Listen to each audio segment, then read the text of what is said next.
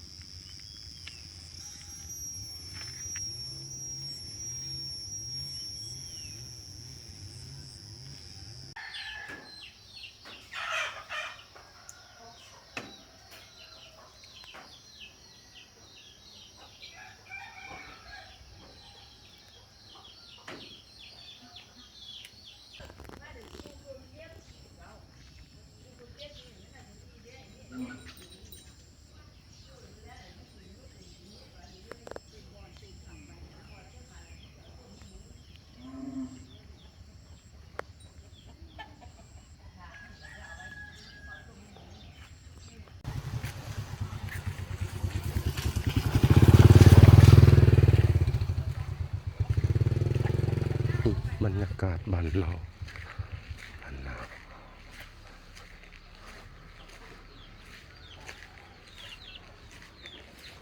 กินข้าวเช้าแล้วบ่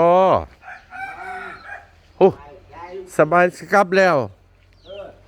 กลับแล้วกลับแล้วโอ้เมื่อไหร่แท้อ้าว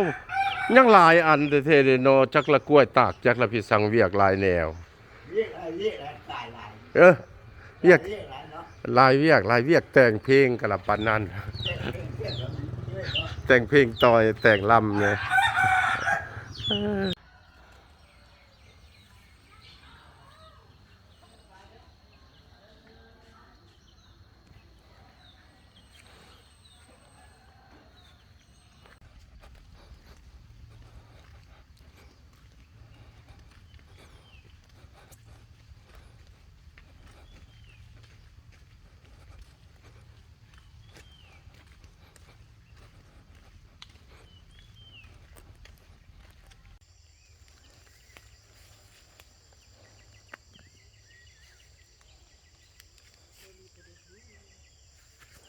ตัดไปที่พอที่ตัด